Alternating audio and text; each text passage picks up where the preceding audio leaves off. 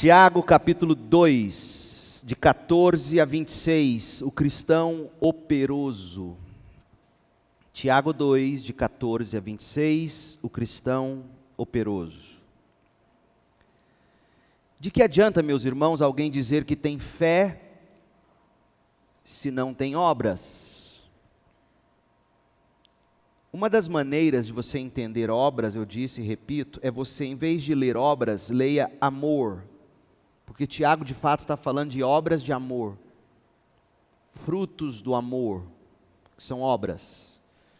Então, na verdade, Paulo... Porque quando a gente fala obras, obras é outro termo que foi sequestrado da gente. Obras, a gente apenas imagina o seguinte: algo feito em troca de algo. Mas, na verdade, o que Tiago tem em mente é amor sendo praticado. Então, de que adianta, meus irmãos, alguém dizer que tem fé se não tem amor? Você começa a ouvir 1 Coríntios 13. Acaso a fé pode salvá-lo? Se um irmão ou irmã estiver necessitando de roupas e do alimento de cada dia, e um de vocês lhe disser, vá em paz, aqueça-se e alimente-se até satisfazer-se, sem porém lhe dar nada, de que adianta isso? Assim também a fé por si só, se não for acompanhado de obras, está morta. Mas alguém dirá, você tem fé, eu tenho obras. Mostre-me a sua fé sem obras, sem amor, e eu lhe mostrarei a minha fé pelo amor, pelas obras. Você crê que existe um só Deus? Muito bem, até mesmo os demônios creem e tremem. Insensato. Quer certificar-se de que a fé sem obras é inútil? Não foi Abraão, nosso antepassado, justificado por obras, quando ofereceu seu filho Isaque sobre o altar? Gente, Lutero treme, né? Você pode ver que tanto a fé como as obras estavam atuando juntas. E a fé foi aperfeiçoada pelas obras. Cumpriu-se assim a escritura que diz, Abraão creu em Deus e isso lhe foi creditado como justiça, e ele foi chamado amigo de Deus. Vejam que uma pessoa é justificada por obras e não apenas pela fé. Caso semelhante ao de Raabe, a prostituta. Não foi ela justificada pelas obras? Quando acolheu os espias e os fez sair por outro caminho? Assim como o corpo sem espírito está morto, também a fé sem obras, sem amor, está morta. Esta é a palavra de Deus. Gente, todo mundo tem fé. É verdade, todo mundo tem fé, mesmo que não seja uma crença religiosa. As pessoas sempre terão fé em alguma coisa, é impossível viver sem fé. Pense nos planos que você faz. Esmiúce aí em detalhes as suas estratégias e você vai perceber o quanto a fé, a crença, está intrinsecamente relacionada a tudo que você faz. O que te garante, por exemplo, que ao pegar a estrada daqui para uma outra cidade, você chegará lá. Você acredita que o carro vai funcionar bem, não haverá nenhum intempérie aí de temperatura, clima, chuva, enchente. Você pressupõe que tudo correrá bem ao ponto de você chegar ao destino. Isso é fé. Isso é confiança. Outra coisa, de manhã você deixa seu carro no mecânico para revisão, reparas, no fim do dia você volta. Ele te mostra a lista do que foi trocado, você confere, você paga, entra no carro da partida e vai embora. Quem te garante que aquilo pelo que você pagou foi de fato trocado? Aí você vai dizer, ah não, eu levo num lugar de confiança. Como é que você sabe que é confiante?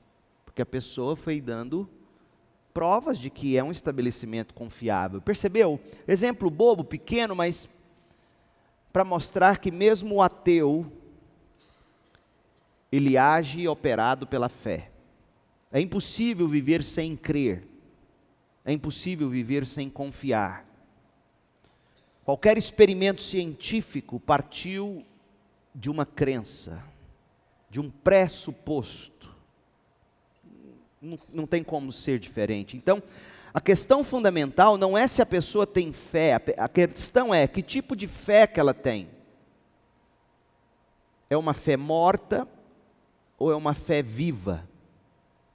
É uma fé que produz frutos, porque o fruto é prova de vida.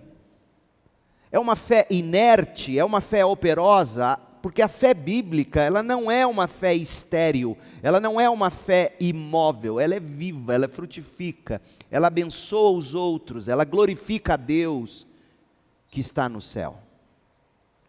E é sobre esse tipo de fé viva que Tiago está tratando nesse parágrafo da carta, e que historicamente foi tão mal compreendido, infelizmente.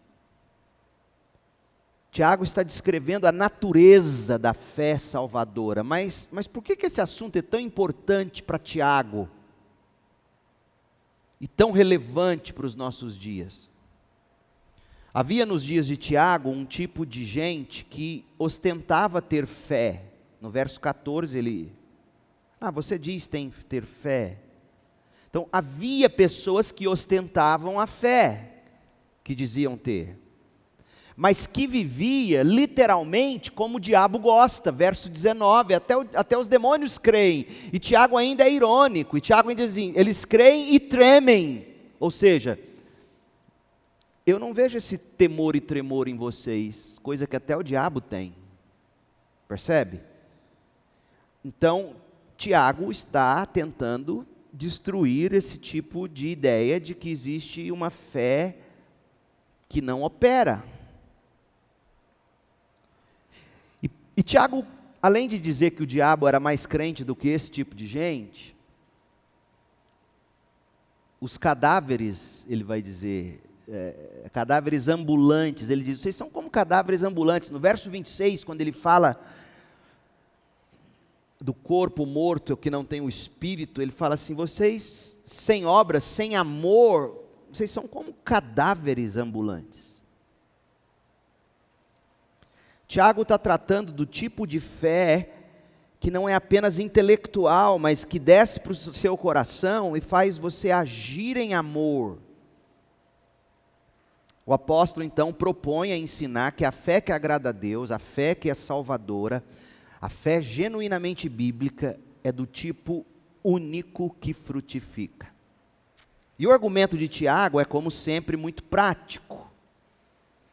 O cristão operoso, suas obras de amor, comprovam a genuinidade da fé. E ele vai dizer, até porque a fé sem obras é morta. Morta por quê? Porque se a sua fé é viva, ela vai crescer e frutificar. E se ela não cresce e não frutifica, é sinal de que ela é uma fé morta. Então aqui você começa a entender que Tiago, o propósito dele não é acrescentar algo à fé salvadora. O propósito dele é dizer, não existe fé salvadora sem obras. Existe fé, mas que não é a salvadora. Então o que ele realmente quer ensinar? A gente vai dividir esse texto em 3 lições. Do verso 14 ao 17, ele mostra que o cristão operoso tem coração. Do 18 ao 19, ele vai mostrar que o cristão operoso tem convicção. E do 20 ao 26, o cristão operoso age com compaixão. Primeiro, o cristão operoso tem coração, do verso 14 ao 17. A gente vê em Tiago que, como sempre, as pessoas de fé, entre aspas, geralmente são as que mais gostam de se ostentar. São as que mais se orgulham enquanto veem outros passando duras necessidades. E o crente, infelizmente, muitas vezes é sem coração. Veja o verso 14. De que adianta, meus irmãos, alguém dizer que tem fé, se não tem obras? Acaso a fé, essa fé sem obras, é isso que ele está dizendo. Ele não está criticando a fé. Acaso a fé pode salvá-lo? Essa fé sem obras, será que ela te salva? Note aqui o verbo dizer. É nítido que o que Tiago está combatendo não é a suficiência da fé. O verbo dizer qualifica o que ele está dizendo. Ele não está combatendo a suficiência da fé para a salvação. Ele está combatendo um discurso sem coração. Alguém que diz ter. E aí ele diz, essa fé que você diz ter, será que ela te salva? Essa fé. A fé que você diz ter, será que ela te salva? Então, que fique claro pelo verbo dizer, você que diz, ele não está combatendo a suficiência da fé, sola fide, ele não está combatendo isso. Ele está combatendo o discurso de quem diz ter fé, mas que não tem coração cheio de amor que produz boas obras. Então, ao longo da história, muitos se utilizaram desse texto aqui para dizer que Tiago contradiz Paulo. Afinal, Paulo ensina que a salvação é só pela fé, sem obras, para que ninguém se glorie. Efésios 2, de 8 a 9. E de fato ele ensina isso. E Tiago ousa dizer que só a fé sem obras não pode salvar alguém. 14 a 17 de Tiago 2. Quem está falando a verdade? E eu te digo, os dois, nenhum contradiz ao outro. Ambos se complementam na verdade. Paulo está dizendo, ou está falando, do que é fundamental para a salvação.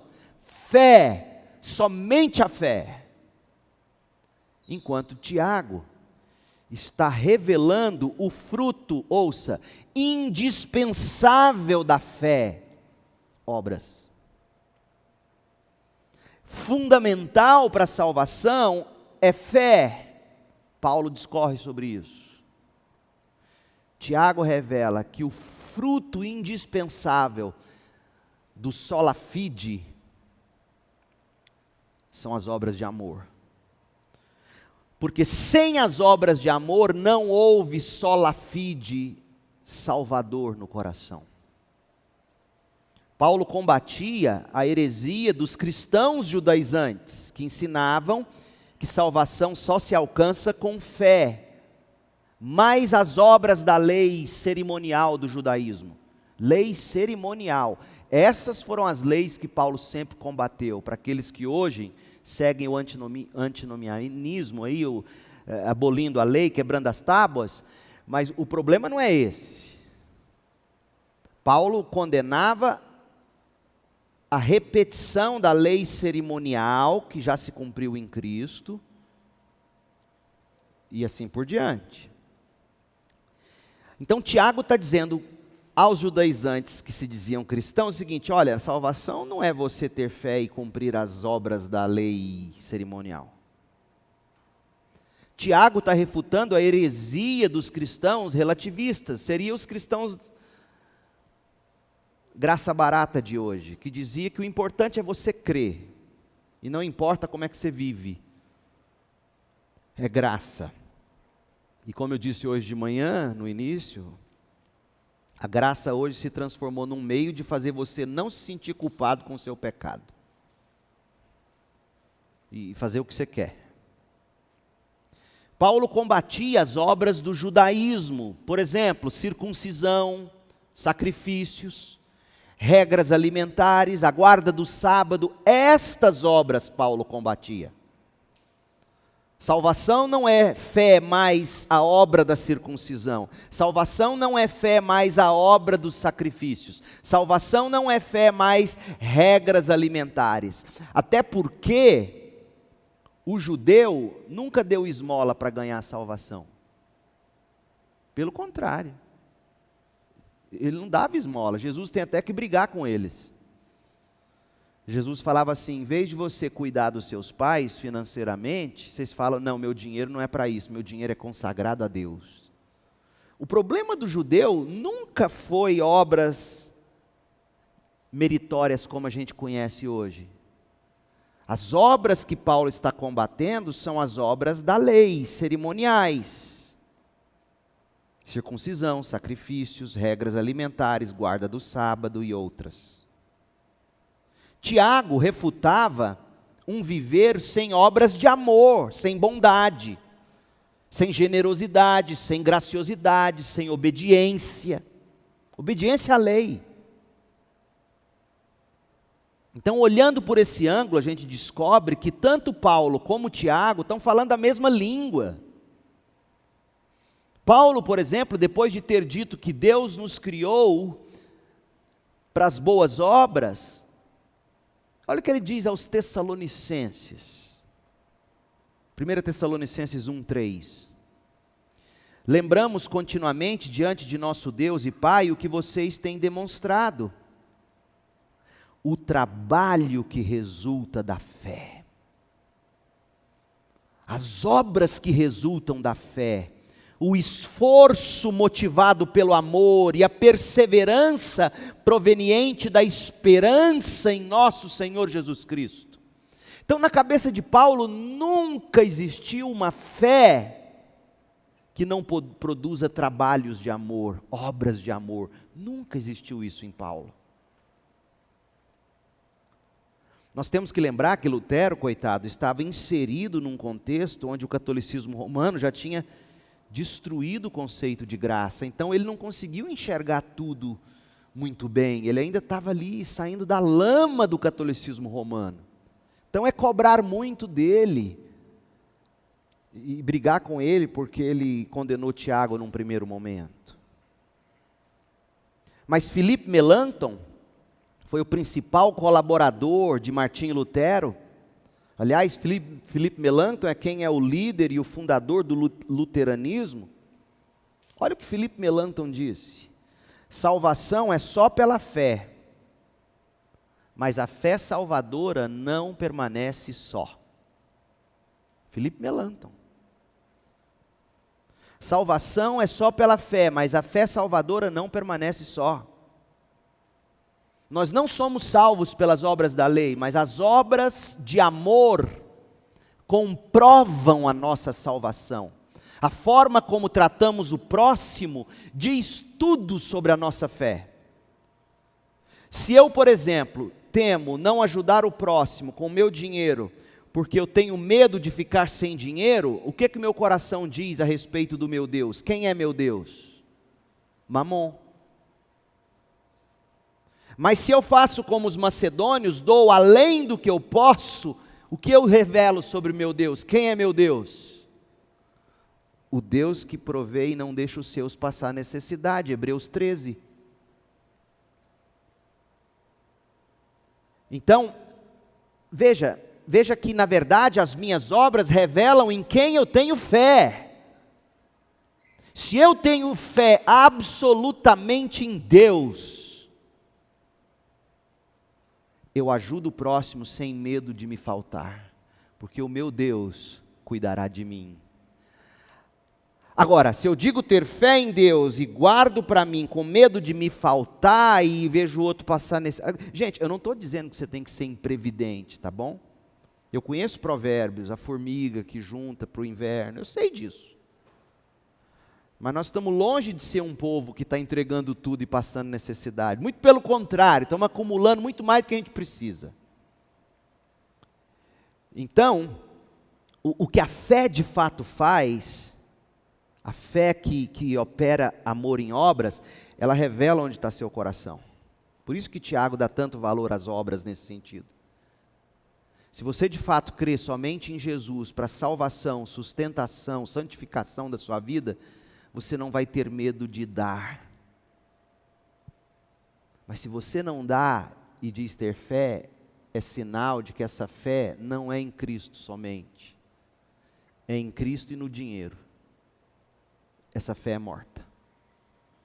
Meu Deus, isso aqui explode a mente. A forma como você gasta seu cartão de crédito, seu dinheiro, revela mais sobre quem é seu Deus do que você imagina. E é isso que Tiago está falando. Ele está dizendo, o cristianismo operoso, ele tem coração. E a forma como nós tratamos o próximo revela sobre o tipo de fé que nós temos. O cristão operoso que tem coração ama, se compadece, é misericordioso. As disciplinas espirituais do cristão operoso não se limitam ao jejum, à oração, à meditação nas Escrituras. Mas o jejum, a oração e a meditação nas Escrituras remetem esse cristão a práticas de disciplinas espirituais de amor e compaixão. Por isso que quando a igreja multiplicadora traz compaixão e graça como uma marca de uma igreja, eu digo amém, é verdade isso. Tiago 2,14, de novo, leia comigo até o 17. De que adianta, meus irmãos, alguém dizer que tem fé se não tem obras? Se não tem amor, se não socorre, se não faz como Hebreus 10, que a gente leu na mensagem anterior? Acaso a fé pode salvá-lo, essa fé que você diz ter? Se um irmão ou irmã estiver necessitado de roupas ou de alimento, comida do dia a dia, e um de vocês lhe disser, vá em paz, aqueça-se, alimente-se até satisfazer-se, sem porém lhe dar nada, de que adianta isso? Assim também a fé por si só, se não for acompanhada de obras, está morta. A fé está morta. Não é que a obra dá vida à fé, é que a fé morta não produz a obra, a fé viva produz a obra. Está claro isso? Não é que a obra produz vida na fé, é que a fé viva produz a obra. É isso que Tiago está dizendo. A fé morta olha para as pessoas, faz discurso religioso, faz monólogo diante de Deus, chama de oração. Eu já contei história para vocês quando eu estava nos Estados Unidos, se não deixa eu contar para você lembrar. Uma vez eu ganhava dinheiro aqui da nossa igreja, que mandava generosamente, ganhava de uma igreja em São Francisco, na Califórnia. E ganhava livros, assim, Deus foi tremendo. Aí um dia, Cris e eu tínhamos já pagado as contas do mês, viria o verão, férias de verão, dei muita besteira, eu devia ter ficado lá durante os verões, mas eu vinha para o Brasil, devia ter ficado conhecendo mais igrejas lá, enfim. Mas enfim, aí já tinha comprado os livros que eu queria, eu tinha uma meta, cada mês eu ia comprar tais e tantos livros. E aí, tinha comprado os livros, tinha comprado a passagem, tinha separado uma reservinha de dinheiro para vir para o Brasil e falei, vou deixar na minha conta $100 para quando eu voltar. E Manuel Cacpo estudava comigo, era o presidente da Convenção Batista de Gana, não. Esqueci, um dos países da África, presidente da convenção, um homem culto, ele era PhD no país dele, foi estudar lá comigo no mestrado, lavava banheiro junto comigo. Aí a gente, na hora da folga lá, da limpeza, a gente sentou junto, e eu tranquilo, já tinha comprado os livros, pagado as contas, passagem comprada. Aí eu perguntei, aí Emanuel, você vai para Benim? Você vai para Benim no Natal, Ano Novo? Ele, não consigo, minha família, né? E ele de fato, 5 filhos morando lá com ele nos Estados Unidos. Falei, e o Natal, então você vai ficar aqui? Nós vamos comprar a ceia, estou esperando o pagamento. Eu falei, vamos orar por isso. Vamos orar. Ele conversou, terminou a conversa, falei, vamos orar, quero orar com você, para Deus ajudar você aí. Aí eu estou orando, Deus abençoa o Manuel, arruma dinheiro. Aí Deus falou, você tem $100 na conta. Aí eu orando e dizendo, não Deus, mas 100, eu vou voltar rapado. Deixa aí na conta, manda para ele. Tem mais gente com dinheiro nesse país do que eu. E você tem $100 na conta. Tá bom, em nome de Jesus, amém. Manuel, eu tenho $100 para te dar. Tadinho, ele até chorou, dei os $100 para ele. E vim embora. Entrei no avião, estou sentado, Cris do meu lado, no corredor assim do banco do outro, um rapaz do Brasil, Conversamos algum tempo, durante algumas horas, durante o voo. No final do voo, antes da gente sair, ele pegou um envelope, tirou um envelope, botou no meu bolso da camisa assim, falou assim: eu quero que você abra esse envelope quando chegar na casa de sua mãe. Que eu contei que aqui eu ficava na casa da minha mãe, da minha sogra. Falei, tá bom. Meu Deus do céu, eu não desci nem do avião, dei um jeito de ir no banheiro.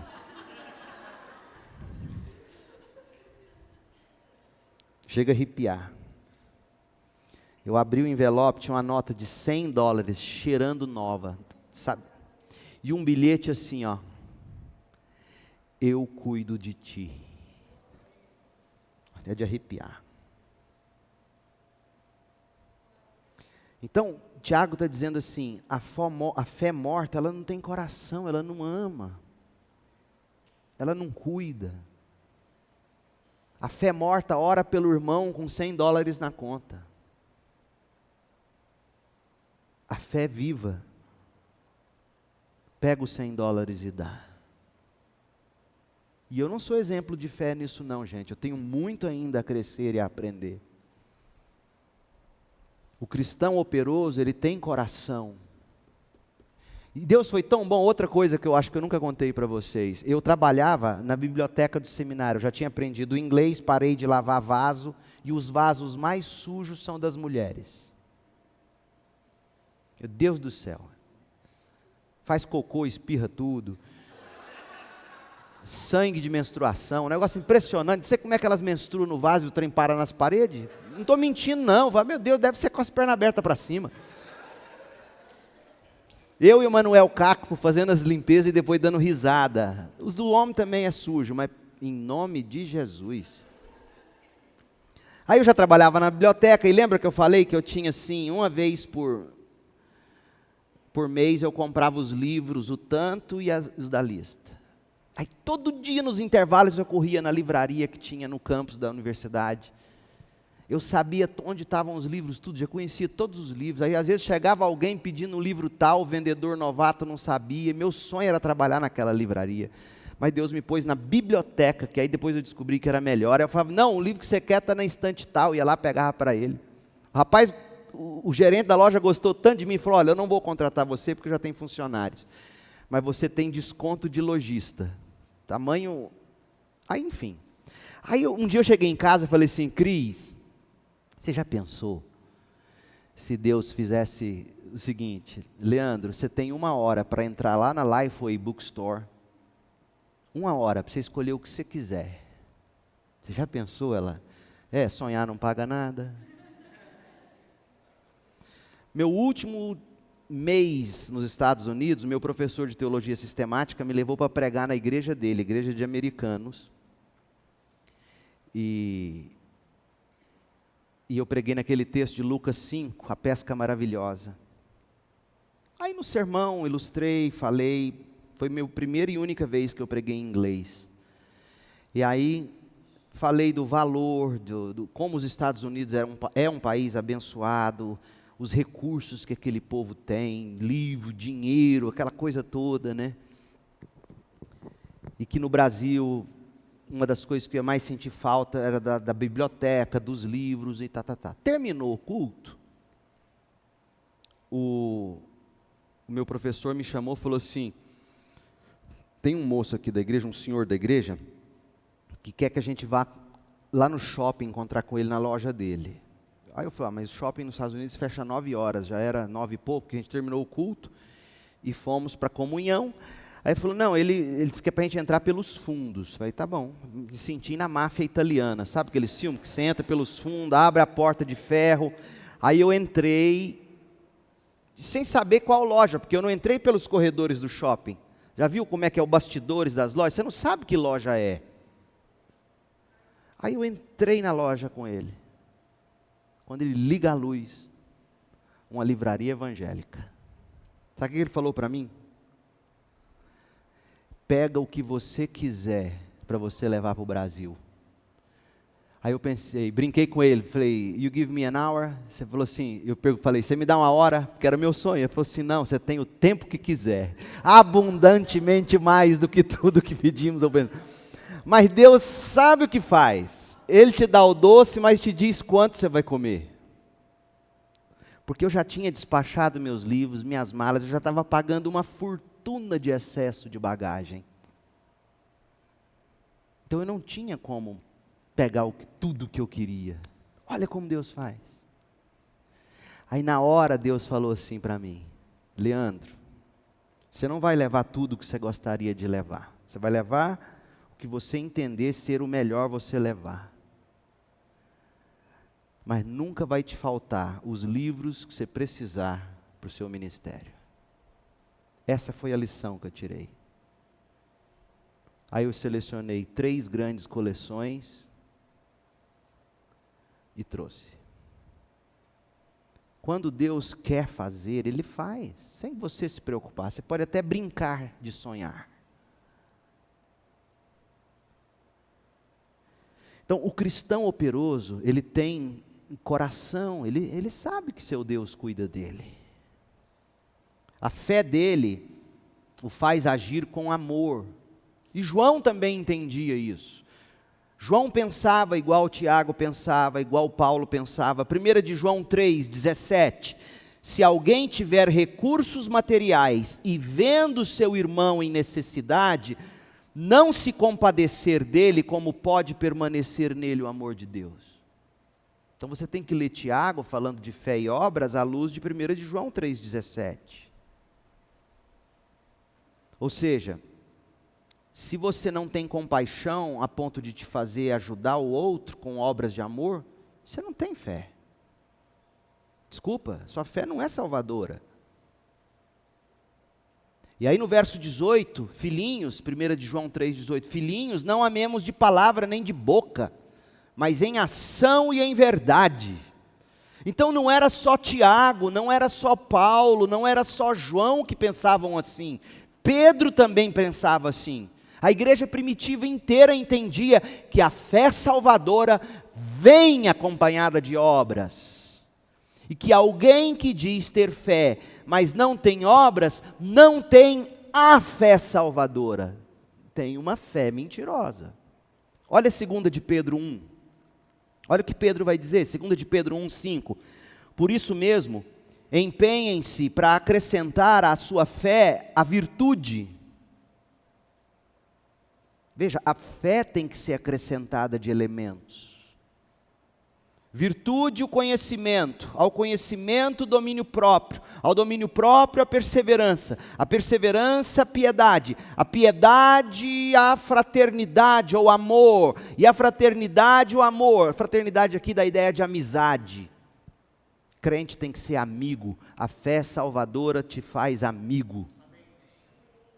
Fraternidade, fraternidade produz o amor, porque se essas qualidades existirem e estiverem crescendo em sua vida, elas impedirão que vocês, no pleno conhecimento de nosso Senhor Jesus Cristo, sejam inoperantes, não produtores de obras e improdutivos. Então, se você tem uma fé que se soma a ela a virtude, o conhecimento, o domínio próprio, a perseverança, a piedade, piedade, amizade, amor, isso vai fazer você ter uma fé operante e produtiva.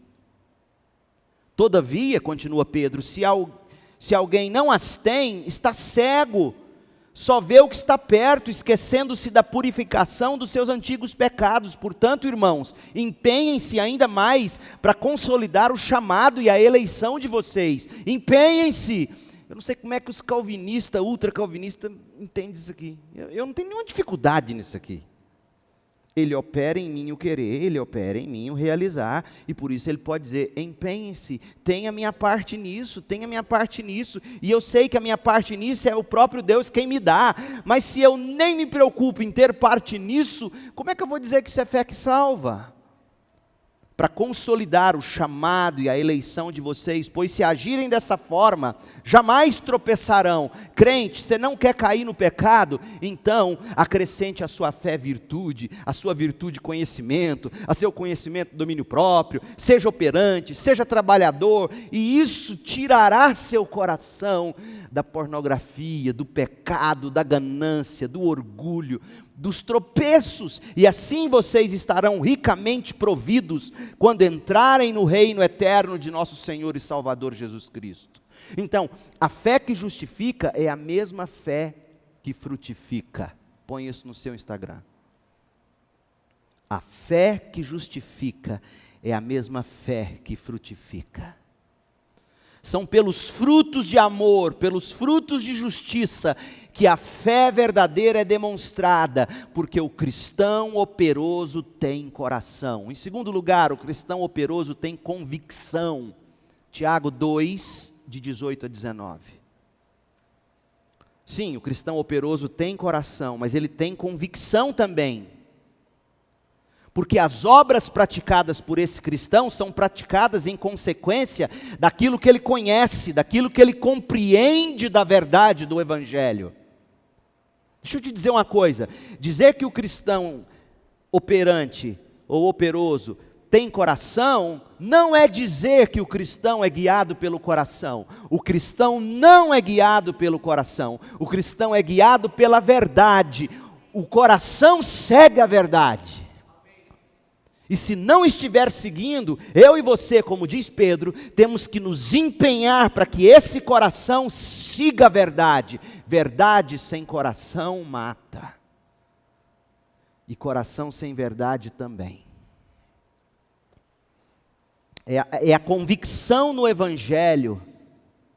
Por isso que eles vão dizer, não percam a esperança, não percam a doutrina. É a convicção no Evangelho, no poder do Espírito Santo, que move o seu coração a agir com amor. Suas obras só comprovam a convicção do seu coração, ou não. Olha o verso 18, Tiago 2,18. Mas alguém dirá, você tem fé? Eu tenho obras. E Tiago diz, mostre-me a sua fé sem obras, e eu lhe mostrarei a minha fé pelas obras. Ele está dizendo o seguinte, é impossível você me mostrar a sua fé, eu não estou vendo os frutos dela. Agora, você quer ver minha fé? Olhe como eu vivo a vida.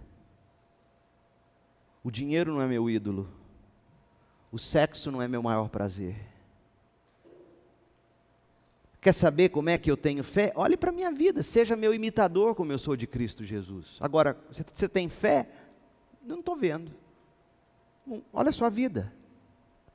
Fé sem obras só comprova que não há convicção sobre verdade no coração de quem diz crer. Agora, obras de amor, aquelas que realmente requerem sacrifício de fé, como vimos em Hebreus 10, sabendo que temos uma herança, pode confiscar meus bens, pode confiscar meu dinheiro, eu não nego meu Cristo e não deixo de socorrer meus irmãos. Obras de amor, aquelas que são praticadas e que deixam o mundo de boca aberta, requer sacrifício. Até o amor que sustenta casamento é fruto de fé. Paulo conclui a carta aos Efésios dizendo assim, amor com fé. Um dos últimos versículos de Efésios. Algumas versões, infelizmente, colocam de um jeito que você não enxerga isso. Mas Paulo está dizendo assim, lá no fim de Efésios, até para você amar, do jeito que tem que amar. Por isso que eu te digo, meninas e meninos, a melhor mulher para você, mocinho, é a mulher de fé. A fé vai sustentar o amor dela. O melhor menino para você, mocinha, é o de fé. A fé vai sustentar o amor dele. Só amor acaba diante da primeira melhor tentação, primeiro obstáculo. Mas a fé que é sustentada pelo amor, o amor que é sustentado pela fé, ou seja, O amor que se agarra às promessas de Deus, enquanto o homem faz o que ele tem que fazer pela mulher, que é sacrificar-se por ela, santificando-a como Cristo fez para a igreja, liderar essa mulher com renúncia, liderar essa mulher com abrindo mão, dando tudo de si para ela. Essa mulher não vai ter nenhuma dificuldade de dizer assim: eu me submeto em amor. E se tiver, homem, você que tem como propósito santificá-la, não vai esmagá-la para que ela se submeta. Você vai ensiná-la com amor e graça o seguinte: faz parte do processo de santificação dela, ela entender isso e se entregar a você como a igreja se entrega a Cristo. Eu não sei como é que as pessoas não querem viver essa imagem. Não há casamento que sobreviva de fato, se não for com essa mentalidade. Obras é fruto de fé. Fé sem obras não é fé, é fé mentirosa. Tiago está dizendo, é o seguinte: quem realmente tem fé fundamentada na verdade de Cristo, vai conseguir produzir obras admiráveis de amor, que vão parecer loucura para os incrédulos, porque o mundo faz boas obras, mas faz boas obras até o ponto em que não vai lhes faltar, até o ponto em que não vai lhes incomodar, até o ponto em que não vai deixá-los com saia justa. O cristão mergulha de cabeça e o mundo fala: você é louco. Eu falo: é verdade. Chego a imaginar que Tiago conhecia o contexto de Hebreus, que nós já lemos, Hebreus 10, 32. Lembrem-se dos primeiros dias, depois que vocês foram iluminados, quando suportaram muita luta, muito sofrimento. Algumas vezes vocês foram expostos a insultos, tribulações. Outras ocasiões fizeram-se solidários com os que assim foram maltratados. Vocês se compadeceram dos que estavam presos por causa da fé, aceitaram alegremente o confisco. Pelo amor de Deus, alguém leia um texto desse para uns malas sem alça que tem por aí. Dos seus próprios, sabiam, e por que eles faziam? Eles sabiam que possuíam bens superiores, permanentes. O cristão operoso, ele não tem um coração gelatina, coração mole no sentido de não ter onde se sustentar. Minha avó dizia que gelatina parece bumbum de vaca. Aí eu nunca entendi isso. Falei: bumbum de vaca? Aí um dia lá na chácara em Hidrolândia, ela falou assim: tá vendo a vaca andando? Eu falei: tô. Ela anda, o bumbum vai tremendo assim. O que tem a ver, né, com o que eu estou falando? Mas assim, o coração gelatina que não tem onde se sustentar. Não, o coração do cristão é mole, mas num sólido fundamento. A verdade é que não se consegue amar da forma bíblica sem que haja fé no coração. É o que está em Efésios 6, 23. Amor com fé. O próximo casamento que eu fizer, se você colocar no seu convite de casamento, amor com fé, eu vou pregar só sobre essa expressão. Mas por favor, não me venha com Apocalipse 13, a besta que emerge do mar, porque senão eu vou ter que pregar os chifres da besta no seu casamento. Tiago desafia aqueles que diziam ter fé, mas não tinham obras. E esses crentes sem obras de amor são piores do que o próprio diabo, Tiago diz. Vocês são pior do que o diabo. Olha o capítulo 2 de Tiago, verso 18. Mas alguém dirá: você tem fé, eu tenho obras. Mostre-me sua fé sem obras, e eu lhe mostrarei minha fé pelas obras. Você crê que existe um só Deus? Muito bem, parabéns. Ela é bem. Muito bem. Mas até os demônios creem. E só que tem um detalhe: os demônios tremem. Eu vejo vocês. Dorme com essa. A lógica do argumento de Tiago é que se alguém tem apenas conhecimento doutrinário, por isso que longe de nós uma igreja que conhece a doutrina reformada, mas não ama como Tiago ensina, nós seremos piores que os demônios. Somos sim, pela fé reformada até debaixo d'água, literalmente. reformadores radicais, que morreram afogados porque criam no batismo por imersão. Essa convicção nos dirige, mas com coração de amor, que evangeliza, que faz discípulos, que visita o necessitado. Que bonito seria se esses jovens agora começassem, como sonhamos um tempo atrás, mas ainda não conseguimos pôr pernas no plano, começar a visitar as viúvas da igreja, a juventude. Descobrir que a velhinha gosta do McDonald's, você leva um McLanche feliz para ela, tira um selfie com ela. Visitar os idosos da igreja. Aí a hora que eles começam a falar, não canta mais hino. Não, eu vou falar com o Orlando, nós vamos cantar hino. Qual hino que o senhor quer que canta? Você entendeu o que é essa igreja? Pegou a visão? Você vai, você visita, você cuida, você diz, está certo, Orlando, vamos fazer o seguinte, vamos fazer um mês só de hino, e nós vamos cantar alegre para os velhinhos gostar. Não é assim, isso é amor.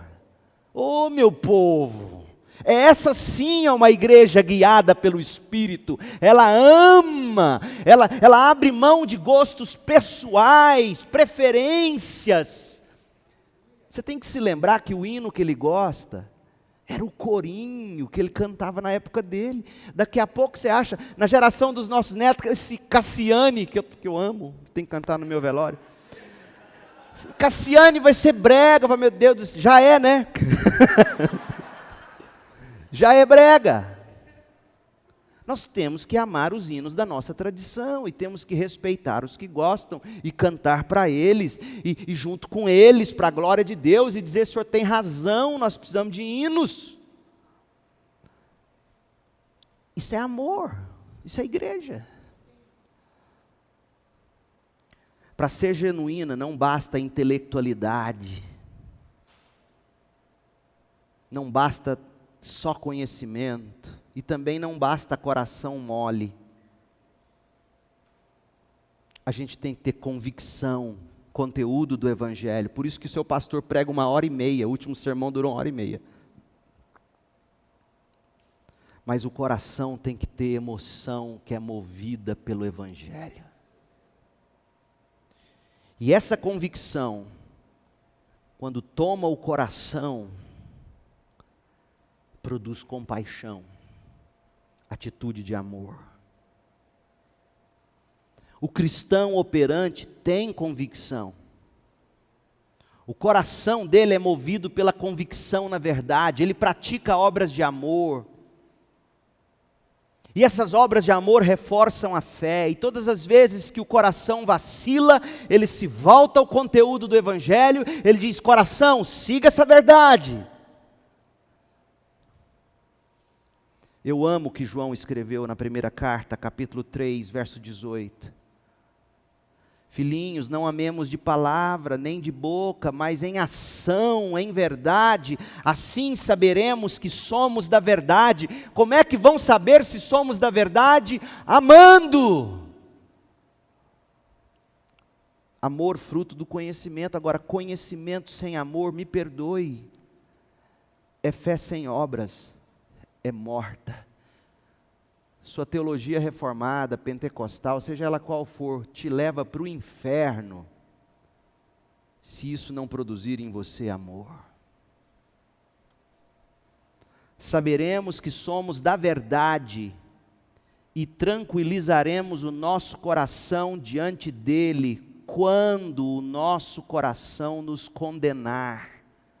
Porque Deus é maior do que nosso coração e sabe todas as coisas. Isso aqui é chocante.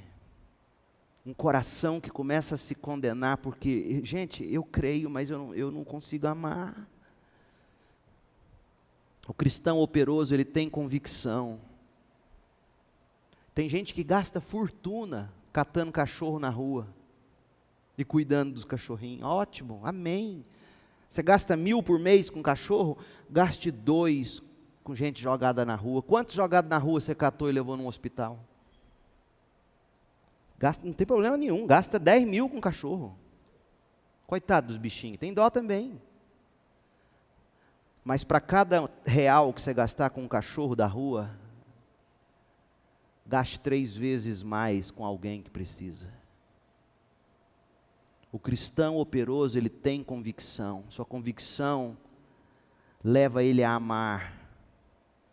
E suas ações vão alimentando sua convicção. É um ciclo que não tem fim. E a última coisa, a compaixão. Porque até aqui, Tiago argumentou que o cristão operoso possui um coração convicto. Ele pratica obras de amor fundamentado na esperança que ele recebe da revelação bíblica. Suas obras de amor não são para merecer o favor de Deus, mas são comprovação de que ele recebeu o amor de Deus e agora pela fé ele reparte esse amor. O cristão operoso tem compaixão porque de Deus ele recebeu compaixão. Perdoa as nossas dívidas, assim como perdoamos aqueles que nos devem. Em outras palavras, eu entendi o que é ser perdoado. Eu não merecia. Agora eu perdoo. Eu não vou perdoar não, pastor. Ele não reconhece. Ué?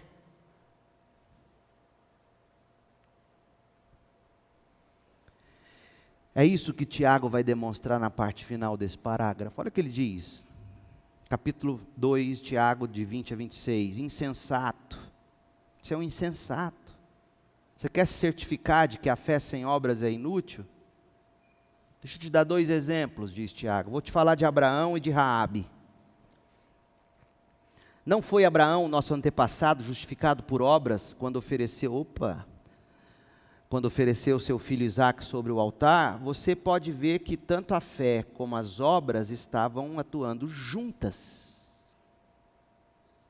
E a fé foi aperfeiçoada pelas obras. Cumpriu-se assim a escritura que diz: Abraão creu em Deus e isso lhe foi acreditado como justiça.